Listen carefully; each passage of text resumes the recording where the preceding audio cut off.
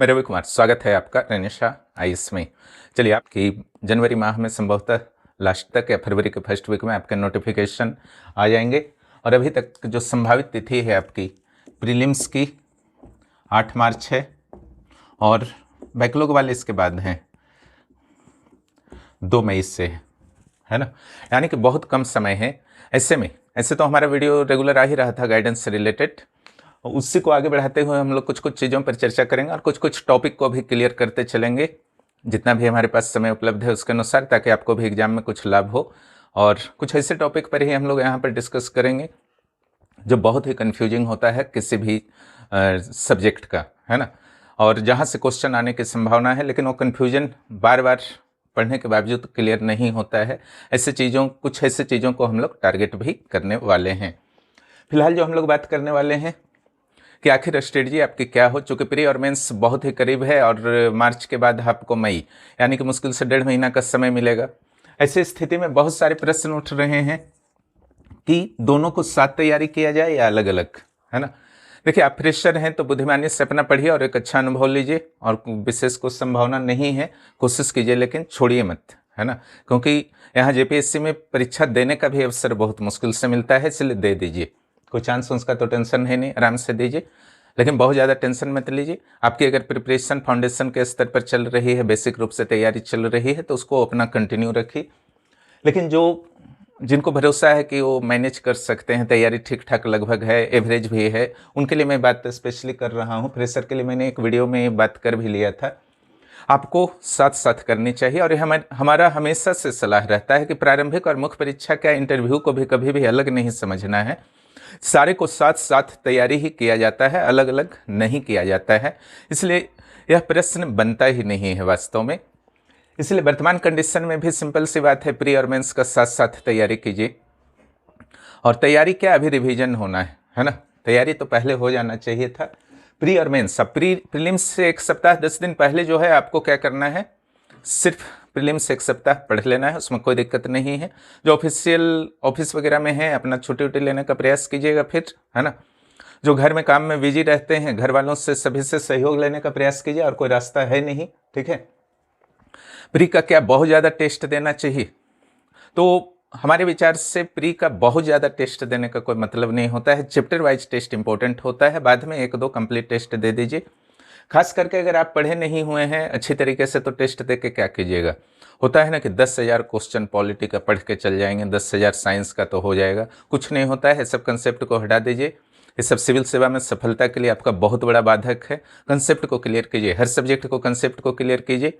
इस जेपीएससी में नहीं तो अगला जेपीएससी में हो ही जाएगा, है ना। सितंबर अक्टूबर में फिर हो सकता है, अगस्त सितंबर में ही फिर से एक वैकेंसी देखने को मिले, जैसा कि हेमंत सरकार ने वादा किया था कि हर साल में 2-2 वैकेंसी को क्लियर करवाएंगे। शायद उस ओर हेमंत सरकार बढ़ चुकी है, उसके लिए इंतजार करना होगा। लेकिन फिलहाल तो आपका वैकेंसी आने वाला है। कुछ भी गलत तरीका मत अपनाइए, बहुत सारा टेस्ट लगा लीजिएगा तो क्या हो जाएगा। वो भी टेस्ट का लेवल कैसा है, या दिल्ली से बन के क्वेश्चन आया हुआ है ना, तो सब टेस्ट दे करके भी कुछ होने वाला है नहीं। इसलिए अपने कंसेप्ट को तैयार कीजिए, बेस को तैयार कीजिए, और धीरे धीरे आगे बढ़िए। 1-1.5 साल जो है काफ़ी होता है, और बहुत अच्छे से आपकी तैयारी हो जाएंगे। 2 महीना में सब कुछ हो जाएगा। इस कंसेप्ट के साथ नहीं चलना है, लेकिन जिनकी तैयारी ठीक ठाक है वो बेहतर रणनीति के साथ इन 3 महीनों का यूज कर सकते हैं, और पीटी मेंस को आप आराम से कर सकते हैं। कोई भी कन्फ्यूजन हो रहा है, रेनेसा आईएएस में सुपर फास्ट क्लासेस चल रहे हैं। पीटी के भी, मेंस के भी टेस्ट भी 1-2 दिनों में बहुत तेजी से शुरू हो जाएंगे। मेंस के पीटी के टेस्ट ऑलरेडी चैप्टर वाइज चल रहे हैं। मेंस के एमसीक्यू टेस्ट भी चल रहे हैं। लॉन्ग क्वेश्चन के टेस्ट थोड़े से डिस्टर्ब हुए थे सीडीपीओ इंटरव्यू वगैरह के कारण, अब वह कंटिन्यू होने वाला है, जो कि आपके एग्जाम तक रेगुलर चलेगा। ऐसे भी यहाँ पर चलते रहता है, यहाँ पर रुकता नहीं है। तो ये प्री और मेंस के मैटर पर हमने बात किया।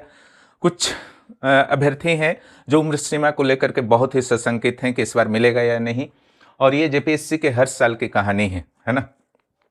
क्योंकि जेपीएससी काफ़ी लेट से चल रहा है। अभी मात्र 8 जेपीएससी ही कंडक्ट हो पाए हैं झारखंड राज्य के गठन से लेकर के अब तक। इसके कारण अभ्यर्थियों को एक आशा बंधी हुई रहती है कि शायद सरकार के द्वारा सहानुभूतिपूर्वक इस मुद्दे पर विचार किया जाएगा। करना भी चाहिए। जब आप 8 एग्जाम लिए हैं, उस हिसाब से 2000 से 2008 तक, है ना, तो आपको तो कट ऑफ देना चाहिए था 2009-10, लेकिन उसकी भी मांग नहीं कर रहे हैं अभ्यर्थियों का सीधी सी बात कहना है कि 2017 पिछला बार रखा गया था, इस बार 2018 रख दीजिए। 1 अगस्त 2018 अधिकतम उम्र सीमा के निर्धारण के लिए, क्योंकि अगर एग्जाम नहीं हुआ तो उनका क्या दोष था, वो तो बैठे बैठे उनका एज पार होता रहा। सरकार निश्चित रूप से विचार करेगी, मुझे भी भरोसा है। 18 रहेगा या नहीं रहेगा उसके लिए तो कुछ दिन इंतजार करना होगा, लेकिन कुछ छूट तो अवश्य मिलेगा। कितना मिलेगा वो सरकार के हाथ में है, पूरी तरीके से न्यायालय के हाथ में भी नहीं है, क्योंकि मैटर न्यायालय जाएगा, एक्सेप्ट भी न्यायालय कर लेगा, लेकिन फाइनल डिसीजन आपको पता है एग्जीक्यूटिव के मामले में जनरली जुडिशियरी के द्वारा बहुत ज़्यादा हस्तक्षेप नहीं किया जाता है। अब हम लोग कुछ उन मुद्दों पर चर्चा करने वाले हैं जो आपके एग्जाम से रिलेटेड है, ठीक है। पूरा टॉपिक पढ़ाने का कोई मतलब नहीं है, क्योंकि बहुत कुछ आपके लिए अंडरस्टैंडिंग भी होते हैं, ठीक है। और स्मार्ट स्टडी कीजिए। अब बुक्स से स्टडी करना, ऑफलाइन में 5-5 घंटा बैठ करके समय को किल करना, वो सब जमाना चल गया, ठीक है। फास्ट स्टडी कीजिए और स्मार्ट स्टडी कीजिए, बुद्धिमानी पूर्वक स्टडी कीजिए। वह जमाना आ चुका है, तभी आपको सफलता सिविल सेवा एवं कोई भी प्रतियोगी परीक्षाओं में आपको प्राप्त होगी। समय को किल मत कीजिए। हद से ज़्यादा बिना मतलब का डिस्कशन करना, सलाह लेना, ज़बरदस्ती का जोश बढ़वाना, ये सब बंद कीजिए और सीधे पॉइंट को टारगेट कीजिए और अपने फंक्शन कीजिए। कुछ नहीं समझ में आता है, रेनेस IAS से जुड़ जाइए, यहाँ पर हर सुविधा आपको प्राप्त हो जाएगी, पढ़ने का तरीका पता हो जाएगा। CNT 1908 के हम लोग कुछ खास मुद्दों पर आज चर्चा करेंगे, खास करके सेक्शन 08, सेक्शन 18, सेक्शन 37, है ना। इन 3 सेक्शन को आज टारगेट करते हैं।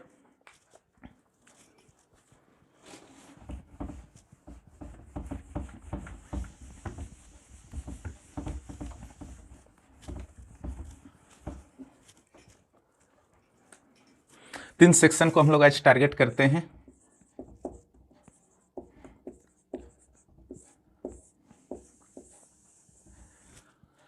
सेक्शन 37, सेक्शन 8, चैप्टर 18 पर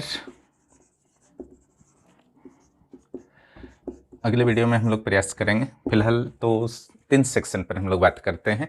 ये जो 3 सेक्शन आपका है 8, 18 और 37 से बहुत परेशान करता है CNT में। जहाँ जहाँ परेशानी वाली चीज़ होगी उसी पर चर्चा करेंगे, उसको क्लियरिटी करवाते चलूँगा, है ना। इसमें सेक्शन 8 बताता है मुंडारी खुटकटीदार के बारे में, सेक्शन 18 बताता है सेटल्ड रैत के बारे में। सेटल्ड रैत में स्पेशली भूइहर और जो आपके आदिवासी रैत हैं, मुंडारी खुटकटीदार गांव के रैत हैं, उनके लिए मुंडा रैत के लिए बताता है। और 37 से जो बताता है मुंडारी रैत हैविंग्स खुटकट्टी राइट्स, है ना, rats having khuntkatti rights, RHKR। पहले सेक्शन 8 और सेक्शन 37 में अंतर समझिए। एक तो मुंडारी खुटकट्टीदार को बता रहा, दूसरा रैत हैविंग खुटकट्टी राइट्स, खुटकट्टी अधिकार प्राप्त रैत, हिंदी में बोलता है RHKR 17। और ये जो है सेटल्ड रैत, बंदोबस्त रैत के बारे में बता रहा। ये मुंडारी खुटकट्टीदार के बारे में बता रहा है ना। पहले 8 और 37 में डिफरेंस समझिए।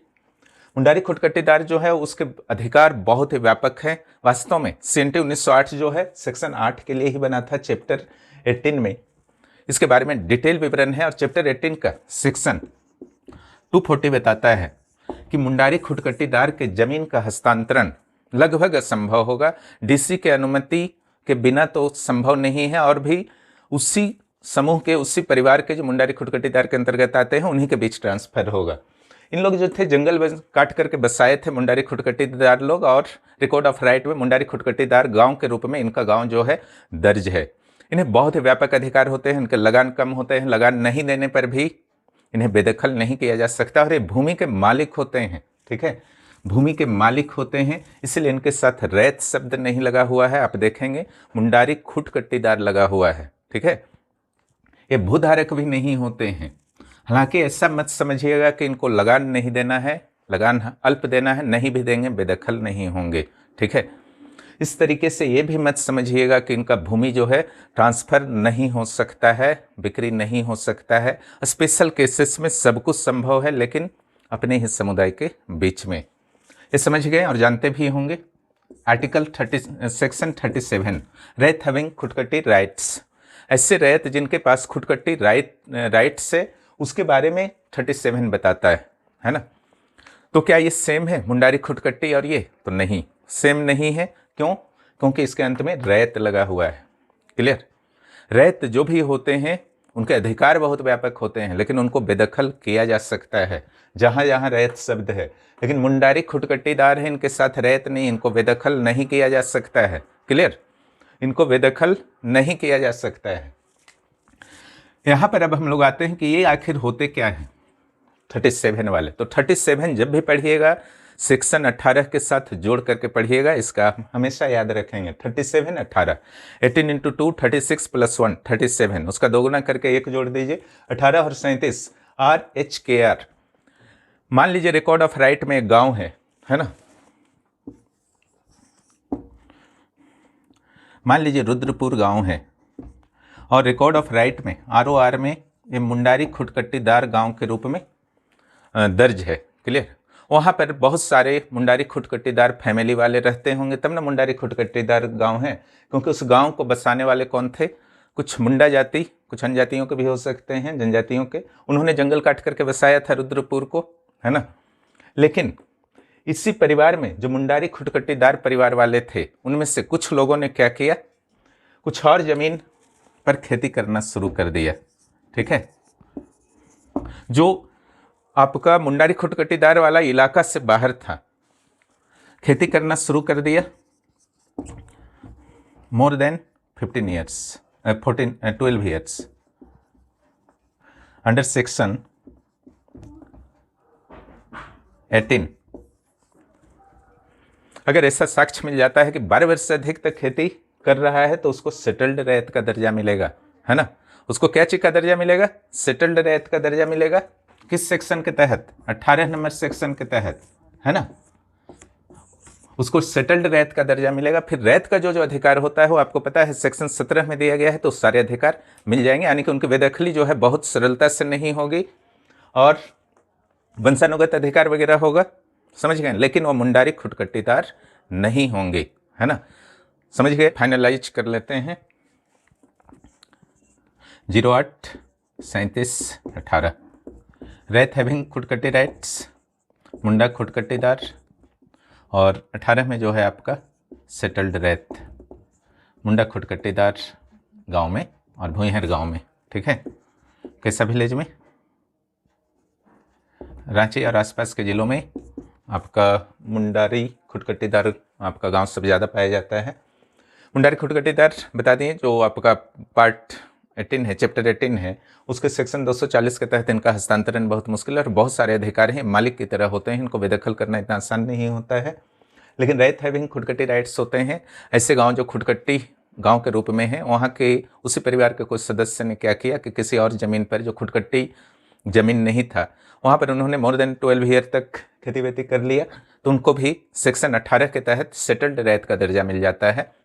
एक तरीके से अधिभोगी रैत की तरह दर्जा इनको मिल जाता है और बहुत सारे अधिकार मिलते हैं। हालांकि अधिभोगी रैत की अपेक्षा कुछ ज़्यादा ही अधिकार होता है, जिससे जितना भी अधिभोगी रैत लगान देंगे उसके अपेक्षा ये 50% ही लगान देंगे। बाकी जितने भी अधिकार एक अधिभोगी रैत के हैं, यानी कि वंशानुगत अधिकार हुआ, बेचने का अधिकार हुआ, सारा कुछ इनको भी उपलब्ध होगा, है ना। तो ये सारे थे। इसके बाद जिनको भी यहाँ के बैचेस में एडमिशन लेना है ले सकते हैं। बहुत तीव्रता से यहाँ पर क्लासेस चल रहे हैं, प्रीलिम्स के, मेंस के और आपके एग्जाम तक। बैकलॉग रेगुलर जो भी हैं सारे लोग लीजिए। प्रोजेक्ट मैनेजर के पेपर 3 और 4 के भी टेस्ट चल रहे हैं, पेपर 4 के क्लासेस चल रहे हैं, उसमें भी लीजिए। और मेंस के पीटी के चैप्टर वाइज टेस्ट चल रहे हैं, मेंस के MCQ test, long question, short question test वगैरह चल रहे हैं जो शुरू होने वाले हैं, बीच में थोड़े से डिस्टर्ब हुए थे। इन सारे को अच्छे तरीके से आप समझ गए होंगे। कोई भी कन्फ्यूजन होगा आप नीचे कमेंट बॉक्स में कमेंट कीजिए। फिर इसी तरीके से किसी सब्जेक्ट के टॉपिक को हम लोग क्लियर करने का प्रयास करेंगे। वीडियो देखने के लिए धन्यवाद। जो भी इस वीडियो पर नए हैं, वीडियो को जरूर सब्सक्राइब करें, शेयर करें, लाइक करें। Thank you.